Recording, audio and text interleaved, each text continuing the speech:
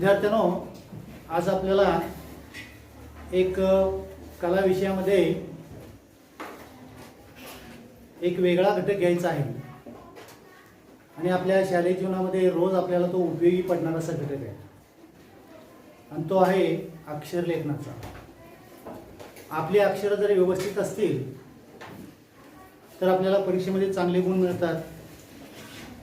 त्याचा अनेक ठिकाणी आपल्याला उपयोग होतो. अक्षरं ज्याची चांगली तो विद्यार्थी स्वभावाने देखील चांगला असतो असं म्हणतात. म्हणून आपली अक्षरं, आपलं जे हस्ताक्षर आहे ते अतिशय चांगलं असणं हे गरजेचं आहे. काही मुलांची अक्षरे चांगली असतातच, मुळातच चांगली असतात, पण काही मुलांना हस्ताक्षर चांगलं येण्यासाठी काय केलं पाहिजे किंवा त्यासाठी जे नियम आहेत ते नियम माहीत नसतात आणि त्यामुळं हस्ताक्षर आपले चांगले येते. ते आज आपल्याला समजावून घ्यायचे. आपली मराठी भाषा जी आहे, ही मराठी भाषा जी आहे त्याची लिपी जी आहे, ही लिपी देवनागरी लिपी आहे. कुठली लिपी आहे? देवनागरी लिपी म्हणतात. आणि हे देवनागरी लिपी कशी काढायची असते, त्याचे नियम काय आहेत, आपल्या वहीतली अक्षरं चांगली येण्यासाठी काय केलं पाहिजे, याची संपूर्ण माहिती आज आपल्याला घ्यायची आहे. चला, आता इथं विषय कला, यामध्ये आज आपल्याला अक्षरलेखन घ्यायचं आहे. विषय कला. घटक काय आहे? अक्षर लेखन.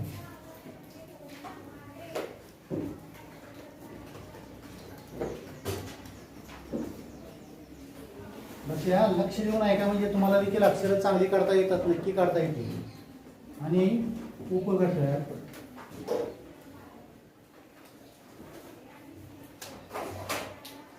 देवनागरी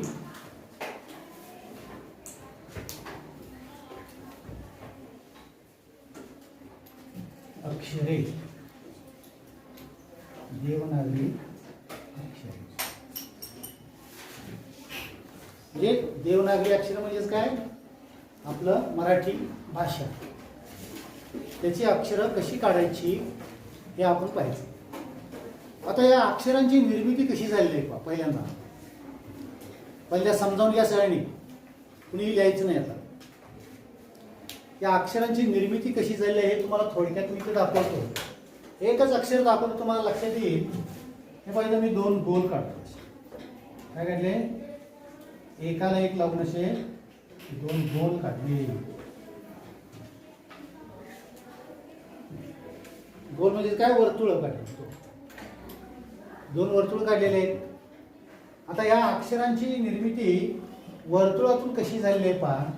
आता हा भाग मी इथला पुसून काढतो.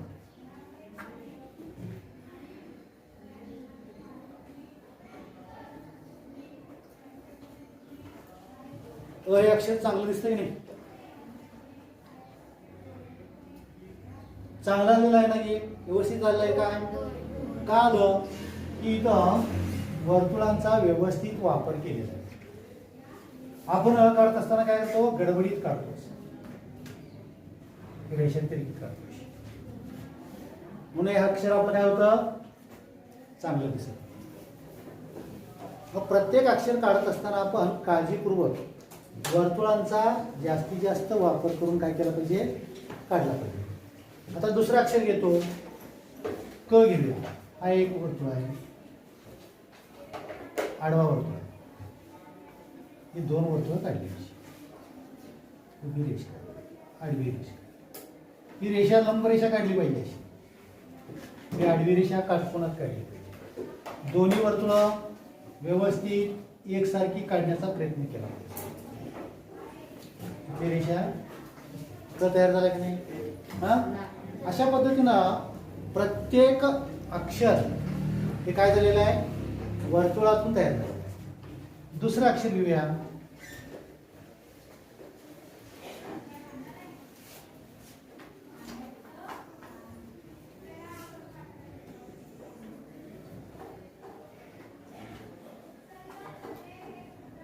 अक्षर तयार झालंय गोल. चला मला तो एक अक्षर सांगू आता कुठं तरी म काढलं. आता म काढायचं. ही उभी रेषा, इथं गोल गोल वर्तुळांचा वापर करायचा.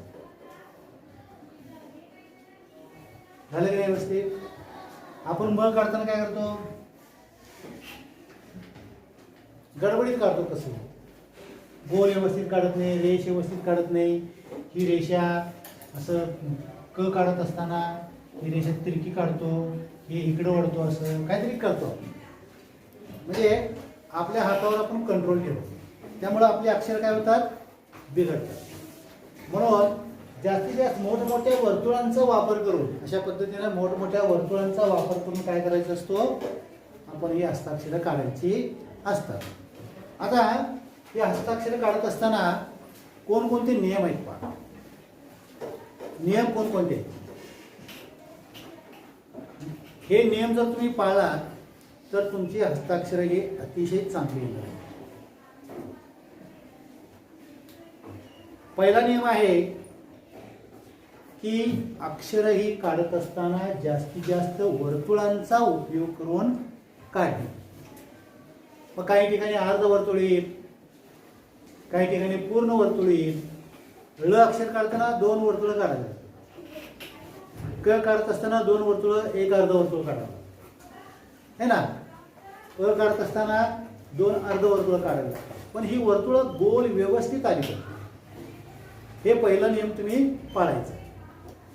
परत उभ्या रेषा मारत असताना, या उभ्या रेषा मारत असताना लंब रेषेत आल्या पाहिजे. उभ्या अशा चला, तिरक्या जाता कामा नयेत रेषा. रेष जर तिरकी गेली अक्षर बिघडते. काय म्हणलं सवय असते वाकडं बसायचा आणि रेषा तिरक्या काढायच्या. पुस्तकामध्ये तिरकी असतात का अक्षर? सरळ असतात ना. सरळ असेल तरच ते अक्षर चांगले. लंब रेषेत असले पाहिजेत आणि वरची आडवी रेष देखील स्पष्टपणे काढली पाहिजे. काही मुलं वरची रेष व्यवस्थित काढत नाही. एखादा शब्द असेल तर त्याच्यावर निम्मच रेष काढायची, तर निम्म्यापर्यंत काढायचं आणि निम्म सोडून द्यायचं. किंवा काही मुलं निम्म्यापासून पुढे काढतात. वरची रेष देखील व्यवस्थित पूर्णपणे मारली पाहिजे आणि सरळ मारली पाहिजे. ही दुसरी गोष्ट. त्याच्यानंतर प्रत्येक अक्षरांची उंची जी आहे, लक्ष द्या, ही उंची अशी समान असली पाहिजे. लिहित जात असताना अक्षरांची उंची समान आली पाहिजे. एक अक्षर उंच काढलंय, एक लहान काढलं, एक मोठं काढलं, असं जर करत गेला अक्षरांची लिंक तुटते. ते डोळ्याला दिसायला बरोबर दिसत नाही. उंची समान. कोणकोणते नियम सांगितले पहा. पहिलं वर्तुळांचा वापर करून काढणे. दुसरं काय सांगितलं? वरची रेष देखील व्यवस्थित स्पष्ट, अक्षरावरची शब्दावरची रेष स्पष्ट काढली पाहिजे. तिसरी गोष्ट सांगितली रेषा, उभ्या रेषा या लंब रेषेत सरळ आल्या पाहिजे. चौथं सांगितलेलं आहे की अक्षरांची उंची ही समान असली पाहिजे. चौथं सांगितलं. पाचवा नियम सांगतो तुम्हाला की या अक्षरांमध्ये हे पहा काय काय येतात पहा. याला काय म्हणतो आपण? मात्रा. काना कोण म्हणतोय? मात्रा म्हणायचं याला. त्याच्यानंतर याला काय म्हणायचं? वेलांटी. हे सोडून आणखी काय असतं रे? उकार असतो. उकार असतं का नाही? खाली रेषा अक्षराच्या खाली असं कंस काढतो पहा, उकार असतो. आणखी काय असतं? पूर्णविराम असतो, स्वल्पविराम असतो. असं काय नाही? अशा अनेक गोष्टी त्याच्यामध्ये येत असतात. त्या काढत असताना देखील काय केलं पाहिजे? आपण व्यवस्थित काढलं पाहिजे. आता या क वर तुम्हाला आता हे बोलतोय का मात्रे काढायचे. क काढला असा, कैलासवासी असा शब्द काढायचा. 2 मात्रे द्यायला पाहिजेत. हे मात्रे देत असताना व्यवस्थित दिले पाहिजे. थोडेसे तिरके समान उंचीचे या अक्षराला शोभतील अशा पद्धतीनं त्याची उंची असते. काहींचे वेगवेगळे असतात, प्रकार वेगवेगळे असतात. मात्रे काढण्याचे प्रकार वेगवेगळे असतात. कोण असं गोल करतो, कोण असं उंच काढतो, है ना. त्यामुळे ती अक्षरं चांगली दिसत नाहीत. म्हणून हे काढत असताना, मात्रे काढत असताना व्यवस्थित काढायचं. आता एखाद्या शब्दाला, अक्षराला तुम्ही उकार काढणार आहे, उकार काढत असताना देखील तो गोलाकारच आला पाहिजे. असं गोल आला पाहिजे. म्हणजे इथं वर्तुळांचाच वापर होतो.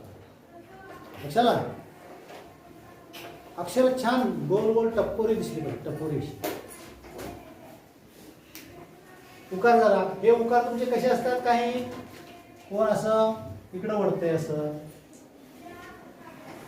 कोण इथले तर असं लहान काढतात, कोण असं डिझाईन काढतात. हे प्रकार सगळे थांबवायचे आणि व्यवस्थित अगदी असं गोल आकार आलेला असला गोल फिरवायचा. प्रत्येक ठिकाणी वर्तुळांचा वापर करा. बघा तुमची अक्षर नक्की चांगली दिसते. हा एक नियम झाला. पुढचा नियम काय आहे, एका लिखाणामध्ये तुम्ही अनेक शब्द लिहित असता, शब्दही अनेक लिहित असता. निबंध लिहिताना 100 शब्दामध्ये लिहा सांगतात की नाही तुम्हाला. आता हे शब्द काढत असताना काय केलं पाहिजे, 2 शब्दामधील जे अंतर आहे, 2 शब्दामधील अंतर लक्षात. उदाहरणार्थ तुम्ही भारत माझा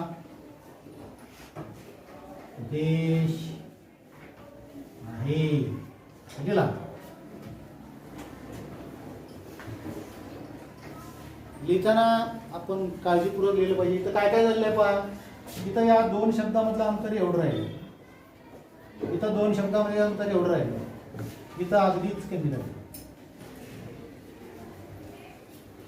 चांगलं दिसेल काय आहे, हा चांगलं दिसणार नाही, चुकणार आहे. त्याच्यामध्ये आणखी काय झालंय, अक्षरांची उंची कमी जास्त झाली. आता ब ची रेष खाली गेलेली आहे, त च वर राहिलेलं आहे, म मध्ये काना दिलाय तो एक रेष उंच केलेला आहे, एक लहान झालाय. इथं देखील श लहान केलं, हा इथं अंतर कमी ठेवलं. हे एकसारखे जर आले नाही, उंची समान आली नाही, मात्रे एकसारखे आले नाही, उकार एकसारखे आले नाहीत, 2 शब्दामधील अंतर जर व्यवस्थित राहिलं नाही तर तुमचं अक्षरही चांगली दिसणार नाही. त्याचबरोबर तुमचा पेन पण चांगला पाहिजे, स्पष्ट गडद लिहिणारा पाहिजे. फिकट पेन असेल तरी देखील अक्षर चांगली दिसत नाही. स्पष्ट शाई ठळक असलेले पेन आपण वापरले पाहिजे. लक्षात आलं. आता अशा प्रकारे हे नियम जर पाळला नाही तर हस्ताक्षर आपले चांगले दिसणार नाही. म्हणून हे जे नियम तुम्हाला सांगितले, कोणकोणते नियम सांगितले, की वर्तुळांचा वापर करा, अर्धवर्तुळांचा वापर करा अक्षर काढत असताना, लंबरेषेत अक्षर काढा, अक्षरांची उंची समान ठेवा, 2 शब्दामधलं अंतर समान ठेवा, उकार काना मात्रा हे काढत असताना एकसारखी काढा. त्याच्यानंतर विरामचिन्ह येतात, अनेक विरामचिन्ह येतात की नाही. विरामचिन्ह कोणकोणते आहेत सांगा बघूया. कोण सांगेल विरामचिन्हांची नावं. लिहित असता पूर्णविराम एक असतं, आणखी संयोग चिन्ह असतं, अर्धविराम असतं, स्वल्पविराम आहे, प्रश्नचिन्ह आहे,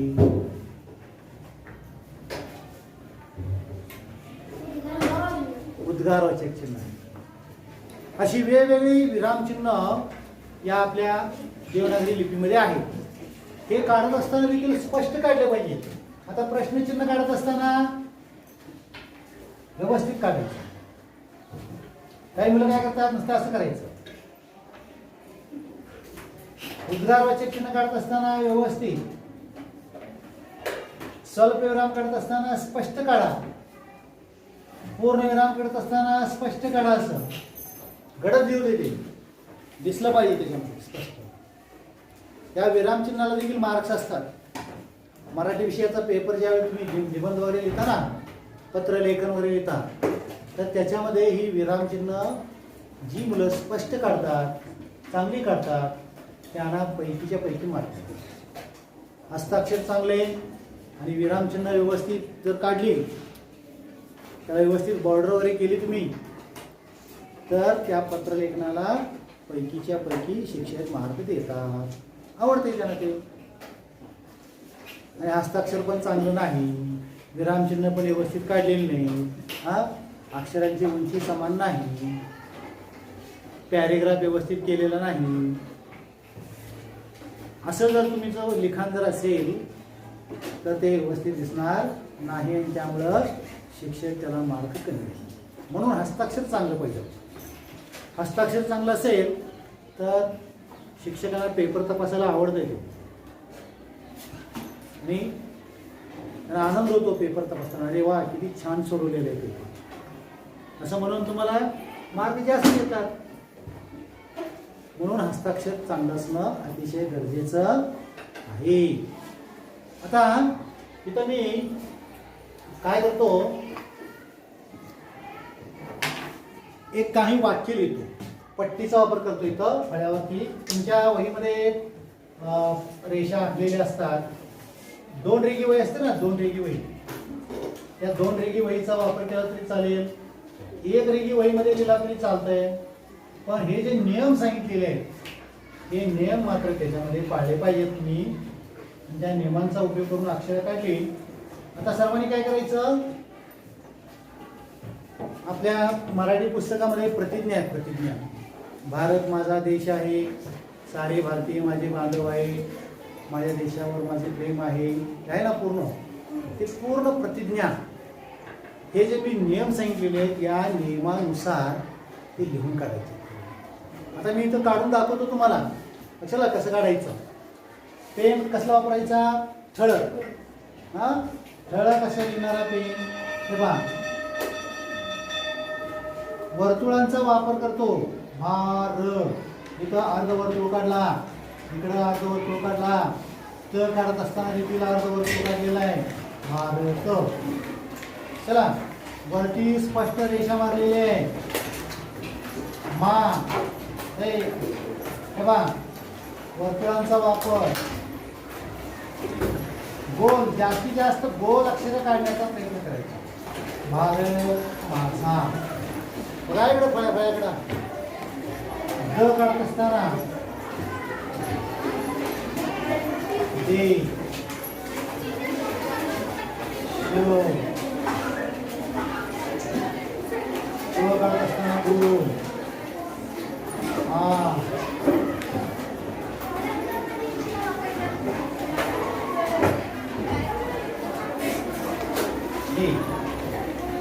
चांगले अक्षर. वर्तुळांचा वापर करा, अक्षरांची उंची समान झाली, झाली की नाही. 2 शब्दामधलं अंतर आहे ते व्यवस्थित ठेवलेलं आहे. पूर्ण अवतरण चिन्हांचा, विराम चिन्हांचा वापर व्यवस्थित केलेला आहे. वरती रेषा स्पष्ट मारलेली अशी. प्रत्येक ठिकाणी गोलचा वापर केला आहे. इथं गोल, हे अर्धगोल, इथं अर्धगोल, असं जास्तीत जास्त गोल काढण्याचा प्रयत्न जर तुम्ही केला आणि नियम जर पाळले तर 100% तुमची हस्ताक्षर हे सुधारणार. गृहपाठ लिहित असताना देखील हे नियम पाळायचे सगळे, ते लक्षात ठेवून काढायचं असं. लक्षात का, म्हणजे तुमची अक्षर ही 100% सुधारणार आहे. आणि घरामध्ये लिहित असताना याला थोडा वेळ लागतो, सराव होण्यासाठी. आणि एकदा सराव झाला तर तुम्ही भरभर अशी चांगली अक्षरं काढू शकता. सुरुवातीला एक 8 दिवस असं नियम पाळून लिहायचं, लक्ष ठेवून लिहायचं, म्हणजे अक्षर तुमच्या आपोआप सुधारते. लक्षात. तर हे नियम पाळून तुम्ही आपली अक्षरही सुधारायचे आणि परीक्षेमध्ये काय वाढवायचे, मार्क्स वाढवण्याचा प्रयत्न करायचा आहे. धन्यवाद चला